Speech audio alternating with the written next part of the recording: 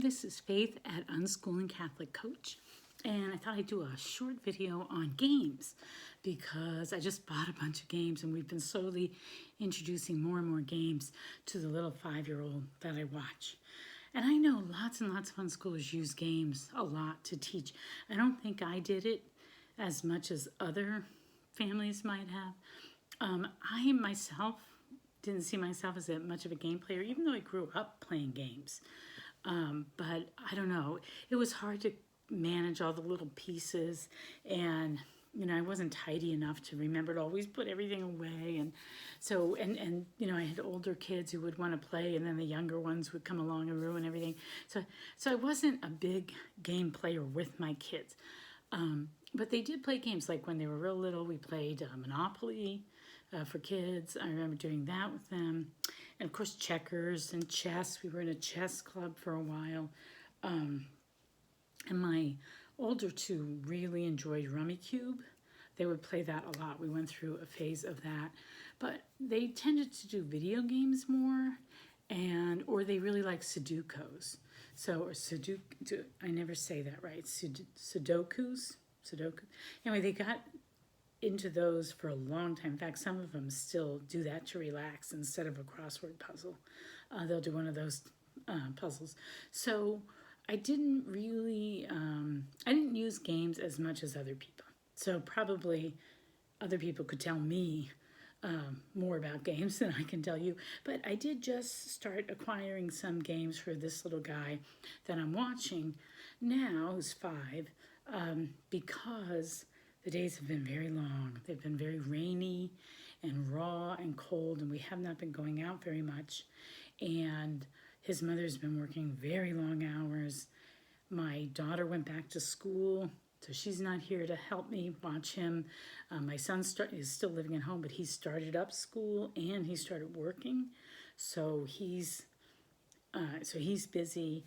My other son works, so on the days he's home, he will play with the little guy in the afternoons. But and my husband's home, but he's also working very long hours in the study in our house. So it's just me and this little boy, and he's got a lot of energy, and I have to trying to keep him off screen too much. He does get quite a bit of screen. I mean, he plays on the Switch. He plays Super Smash Brothers, I think, and he Ori, some game Ori. My son said it was okay. And then he watches TV shows, and he watches, the Disney movies and that sort of thing. So he gets plenty of screen, and so I'm trying to, control that, ratchet that back, because I do think it's unhealthy if you do too much. On the other hand, he's an only child. It's the middle of winter. The weather's awful, and it's COVID. I can't even do a play date with him. So it's inevitable, right? But I was getting really desperate because we have Kids Sequence that he really likes to play, but we've been playing that now for over a year. Snail's Pace, he's been playing that for a couple of years. We got a couple of really junky toys that didn't, games that didn't last long. One was a gift he got. It was like Frozen 2, and it was pretty useless. There might have been something else. He did recently learn to play War. My husband taught him the card game War, and he has liked that. But he got kind of sick of that too. And we just couldn't come up with something that we wanted to do that didn't bore us to tears. So I have acquired games very recently. So let me, the first game, oh boy, I didn't stack these right. They're gonna fall. All right, wait, I have to move things around first. Hold on, wait, let me readjust things. I didn't plan.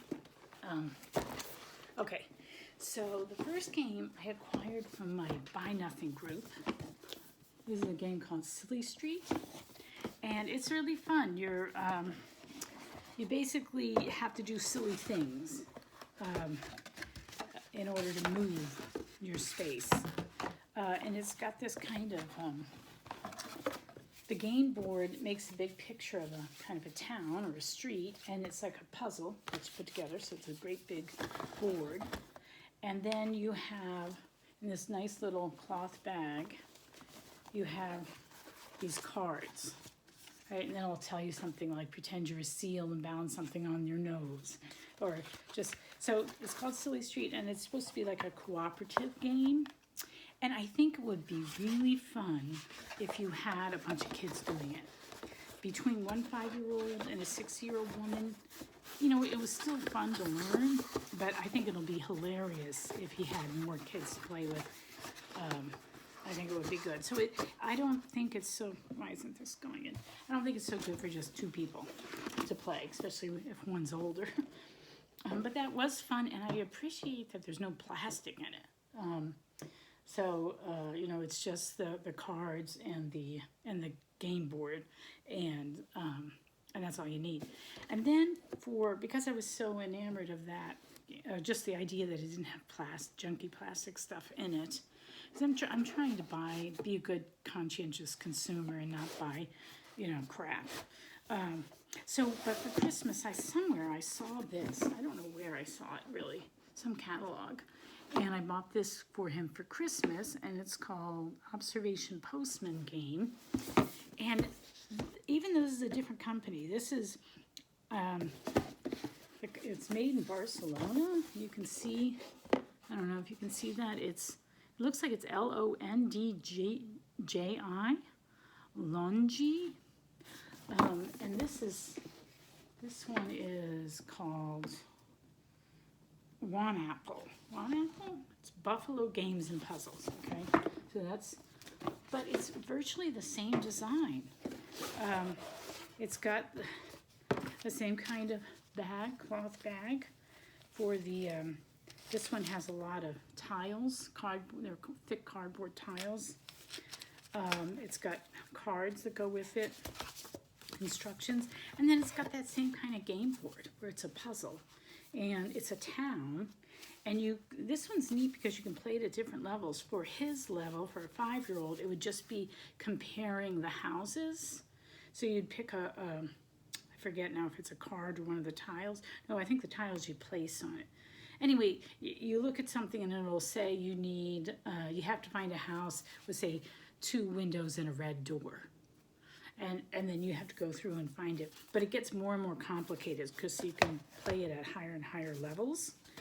So I think this is a pretty fun game too. I think, you know, I think we'll play it again. I kind of put it aside and forgotten about it, but I'm gonna resurrect it. And I did play it with him and my son, who's so into board games. My oldest daughter is really into board games. She and her husband, like, that's how they socialize. They have board game parties. And my youngest son and his girlfriend are also like that. They were even in a club, or not a club, but like a group that met weekly at a game store, and they would play games, you know, into the wee hours of the night. So anyway, so I like this. I like it. I appreciate that it doesn't have any stupid plastic in it, and it seems well made. It's, you know, I like it. It's nice to look at, and it has different levels of playing so you sort of can age with it. You can do the 5-year-old level, and then, you know, when you're 7, get something a little bit more complicated and that sort of thing. This one, so then, in spite of these 2 things, because this one didn't seem like it was a good 2-player, and the Postman one, I'd kind of forgotten that he'd gotten it. So I was kind of panicking about not having enough to do with him. So I spent money, and I bought a bunch of games. And this is one that I bought that we played last night.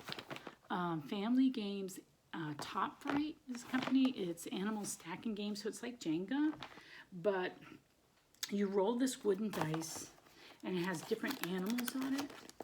And whatever animal your dice, you know, shows you. See, here's one of the, you probably know about all this stuff. This is new to me, so I'm talking about it. So then you have these different things you stack. The end of these little boards you stack. And they're pretty slippery. We were playing it on the dining room table, and we'd been playing partly, you know, halfway through a game, maybe through the game, and he accidentally knocked it over. So I've decided you either have to play it on the floor or maybe on a coffee table that's really stable. You know, but anyway, I think this will be fun.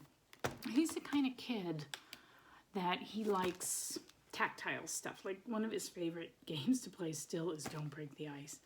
And so I think he really likes this thing where you have to go in and, you know, the tower might fall down, which is fun, but at the same time you're trying to very carefully pull these boards out, or whatever you call them, these sticks out, in order to keep the tower from tumbling. So I think this is a nice game for him, and I think we'll be, in fact, this morning when we woke up he wanted to play it, but then it turned out we didn't get to it. And then we also played this game. I'd never heard of this company, I don't think. It's HABA. It's a German game called Monza. And I had asked about all these games on Facebook. I'd said, you know, I'm desperate. And this had been suggested, and I like this one too because, once again, there's no plastic. It's this game board, and then you get these little wooden cars and wooden dice that kind of look like the snail's pace kind of thing. And we played this last night, and it was fun, and it was more challenging than you would imagine. It was a good game, and he really liked it. So I'm impressed with this game, and I think I'm impressed with the company because it's a fun game. And this is another one where there's a couple of different levels of complexity. So we were playing at the lowest level, but you can make it a little bit more complex too. So I like that it kind of can grow with the kid. And again, it's just nicely made, and there's no plastic junk, which I appreciate. And then the last two, we have not played this yet. I heard a lot of people really like Zingo. Oh, another thing about this is that it came not in a box. It was wrapped in plastic, you know, the plastic shrink wrap, but it just had the address on the plastic. It wasn't damaged at all. These other ones all came in a big Amazon box with like bubble wrap and stuff, but this didn't. So it was really minimum plastic. It was just the plastic shrink wrap over it. That was it. So I've never had something delivered like that to my house. So I thought that was kind of neat. I don't know why it happened that way. But anyway, for Zingo, this seems like it says for ages 4 and up. How do you open this? I can't get it open. There's gonna be a way to open. Oh, here we go. Anyway, we haven't opened it yet. So, oh my gosh. So unfortunately, junky plastic. Who knows if that print stays on there, if it wears off. I've noticed that happens a lot. It's in this plastic container, and then this is still tight in there. Here, I'll just show you. These bingo cards. However, if it's a good game, and it does seem sturdily, like this is not cheap plastic, it seems sturdily made. So hopefully it will be long lasting at least, and then maybe when we're done with it, we can hand it on to somebody else. But we haven't started that one yet, but that could be fun. And I think it also helps with reading, learning to read. So that might be a good game. And then the last one, I was actually most excited about and most disappointed in quality-wise. That's what I meant to say. This is Hasbro. This is a game I played as a child, my husband too. We were like, oh, trouble, this will be a fun game. And it's complete junk. It's got this, it's flimsy cardboard here, plastic that feels fairly junky. I mean, the fun thing is you can pop, right, the popper thing. And then, so you don't lose the dice, right? But you've got all these little roly-poly plastic things that you definitely, I mean, when we were trying to play it, they were rolling all over the floor. So I know these are not going to last long. So I remembered this very affectionately from my childhood. But, you know, it's pretty junky. It's pretty junky. So I don't know. But hopefully he'll like it. We'll get some enjoyment out of it before the cardboard below gets broken or, you know, deteriorates. I don't know. Anyway, I'm really kind of disappointed in this one. So anyway, so that is it. I actually ordered some more games. I just went crazy. I think it's COVID. I just started buying stuff. It's really bad. But I bought, like, I went to Lehman's. I don't know if you know that store, but it's like an old-fashioned store that has a lot of Amish stuff and just all sorts of old-fashioned things. and I got a little tin of for Tiddlywinks, because that was a game I played as a child. And I got a tin of ball and jacks, because he is a kinesthetic kid, and I thought, you know, he's gonna really like flipping Tiddlywinks, learning how to flip those, and a ball and jacks. He could entertain himself by just trying to catch the rubber ball and pick up the jacks. So I got those two things, and then they had an Uncle Wiggily game, which just looks sweet, and it sort of has the woodland creatures in it, which he still likes. So I got those as well. So I spent too much money. I shouldn't have. I should have tried to get things used, but you know, in the middle of COVID, I just didn't feel like going thrifting. So anyway, so that is my take on games. I hope that it's something that we can enjoy and it'll pass the day better. We won't feel so bored, and he'll probably learn stuff on the way without even knowing it. So, anyway, so tell me what games you like to play in your family, what you like or don't like about them, what games do you not appreciate, what games do you really enjoy, and, you know, I would like to know where you store them, because I don't have a good place to store games. I got to figure out that.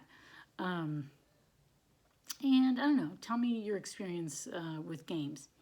So that's it from me. Take care, God bless, and happy schooling or unschooling, whatever.